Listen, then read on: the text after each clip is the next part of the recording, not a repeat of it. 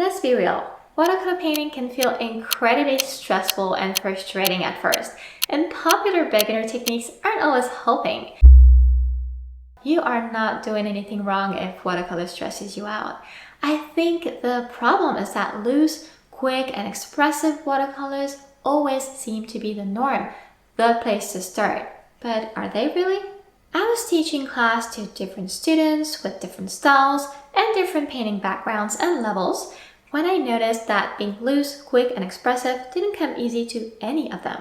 And when I started painting on my own in 2019, I remember it took me about 6 months to feel like I knew what I was doing, and I almost gave up on watercolors many times. And when you think about it, it makes sense because we tend to find a certain amount of control reassuring. So it's no wonder that the stretch, loose watercolors require from us can quickly feel frustrating and discouraging. Thankfully, a simple technique could change everything. The thing is that the wet techniques that come with popular watercolor styles require a great understanding of water-to-paint ratios, and that can be a difficult concept to grasp and apply for beginners. There are just too many things to think and worry about. The technique I'm going to show you, however, does not rely on heavy water use, as all of it will be wet paint on dry paper. It's also repetitive, with a nice progression in skill building throughout the process. And that is what's going to change the game completely. It's going to free your mind and you won't have to rush and juggle with water and the fast drying paint issues. To perform that technique, we will need any watercolor paper as long as its surface isn't rough. For example, you can use some of the cheapest cellulose papers or 100% cotton paper or anything in between. For the weight of the paper, you can go with thin or thick sheets. The surface can be smooth or slightly textured. Any watercolor paint and basic colors you have will do. And a round paintbrush is always useful, but here it's not going to matter if it's synthetic or if it's made with natural hair fibers, since we won't be using much water. The only non-negotiable supply to practice this technique is a paintbrush with a fine tip like this one.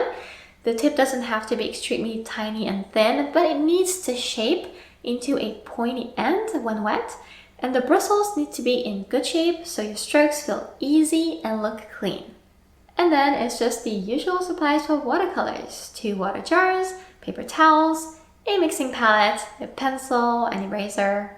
For this technique, you'll also find that a hairdryer or a heat gun is going to be helpful, but it's optional. And completely optional as well, a cutter or an X-Acto knife, and or a white colored pencil. Now that you know that we won't be using much water and what supplies to use, it's time to practice a specific subject that is just perfect to make the most out of this stress-free technique. I'm talking about hair. Painting human hair or animal fur is going to be the gentle and relaxing catalyst to mastering all the techniques anyone needs to know when they want to feel confident with watercolors. For example, after selecting and cropping this hair photo, you'll need to pick colors. Hair or fur painting is great because 3 of them are enough to render that one main perceived color, when in a portrait or a landscape, you might feel overwhelmed by the many colors. And that's a good start when it comes to taking the stress out of watercolors. You can start by asking yourself what the main color seems to be at first glance in your photo. Call this color your mid and main tone. It's the one that overpowers the other 2 colors we'll pick. And once you have something that is close enough, for example, orange for ginger hair, you can look for a light tone. In this case, yellow could be ideal. It's lighter than orange, but close enough that it won't look odd in these lighter parts of our ginger hair. Finally, you'll also need a dark tone for the shadows. Here I'll pick neutral tint as it makes a dark brown with orange, but black, gray, brown, or even blue would work as well, and you will learn to find good combinations as you paint. Remember that this is not just for painting hair.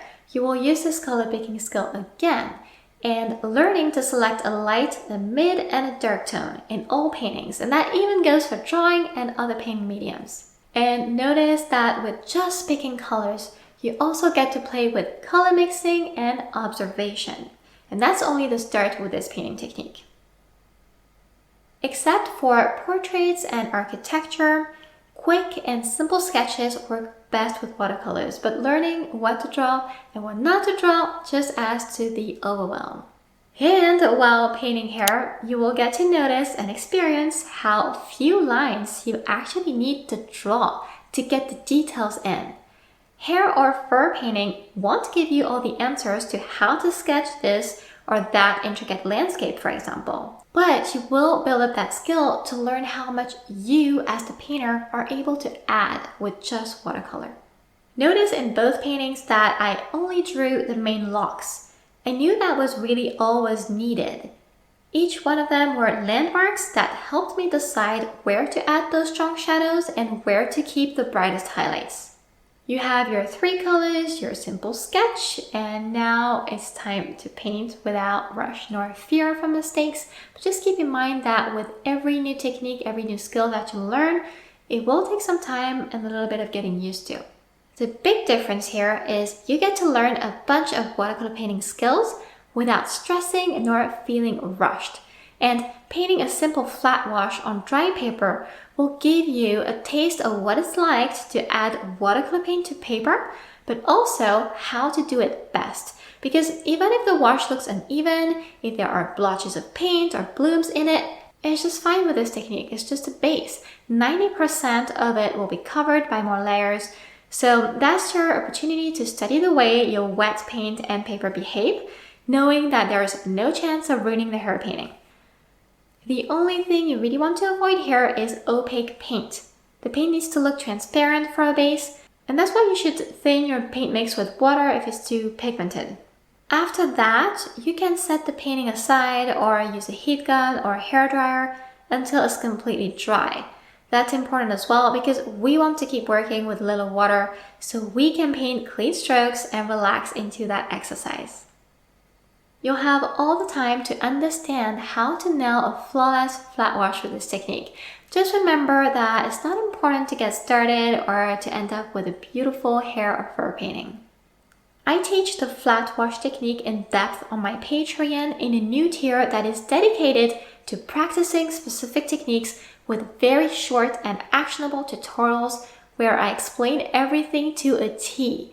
You can even paint this small blown hair swatch in real time if you need full guidance with the hair painting in particular. I'll add a link to Patreon in the description of the video if you want to join. We're ready to paint the hair and you will need your pointy paintbrush. You can practice painting lines on a separate sheet of paper before starting if this makes you feel more comfortable.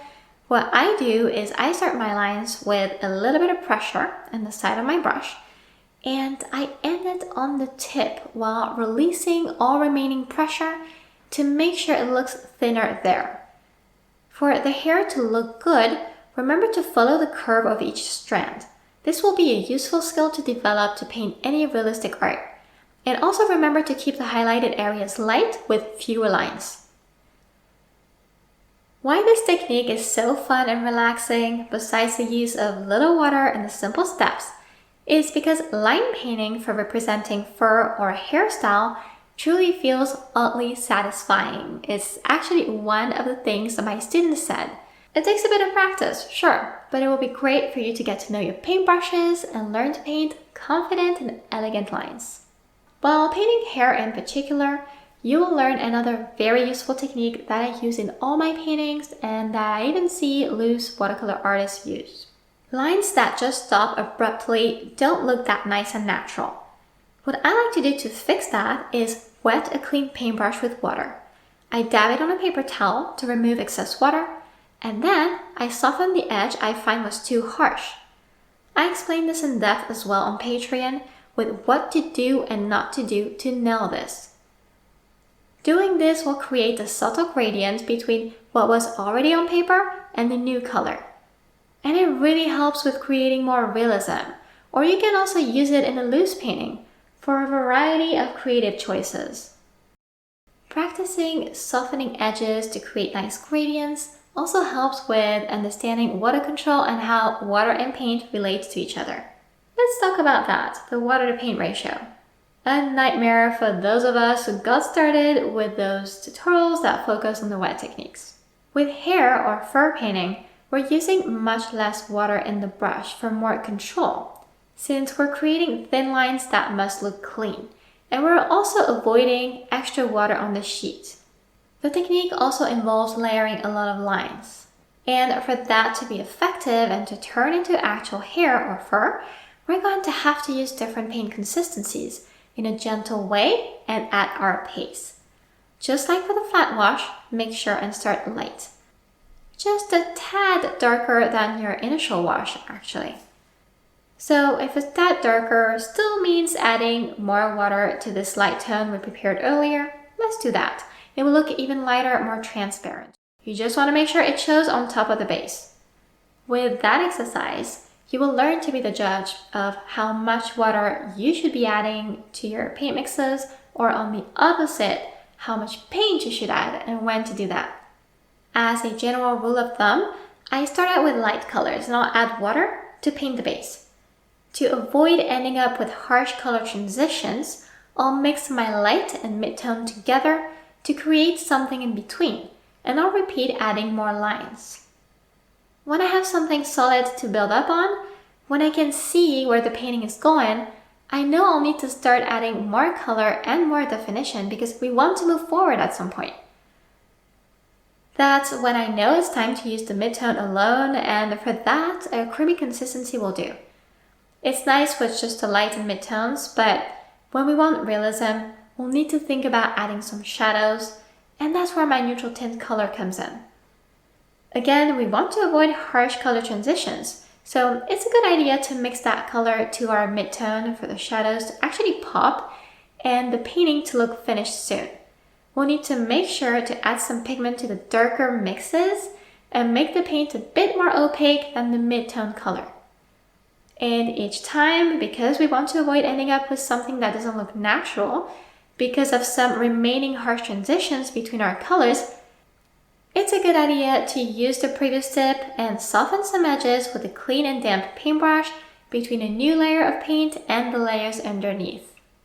Practicing with different paint consistencies will really help you assess exactly how much water or how much paint to add, especially when you start getting into these looser paintings, and you'll be able to fully focus on working on wet then. As a bonus to this technique, painting realistic hair will also help you create some fun effects that you can use elsewhere, especially when you like realistic paintings. One is to glaze the color of your choice on top of the finished painting to give some extra shine and vibrancy.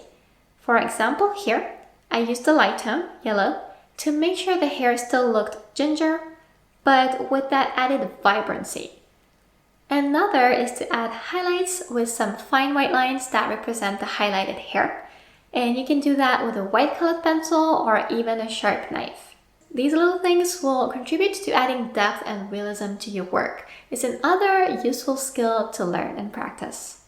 Besides technique, there are a bunch of annoying myths and beliefs around watercolor painting that hold many people back without them even realizing.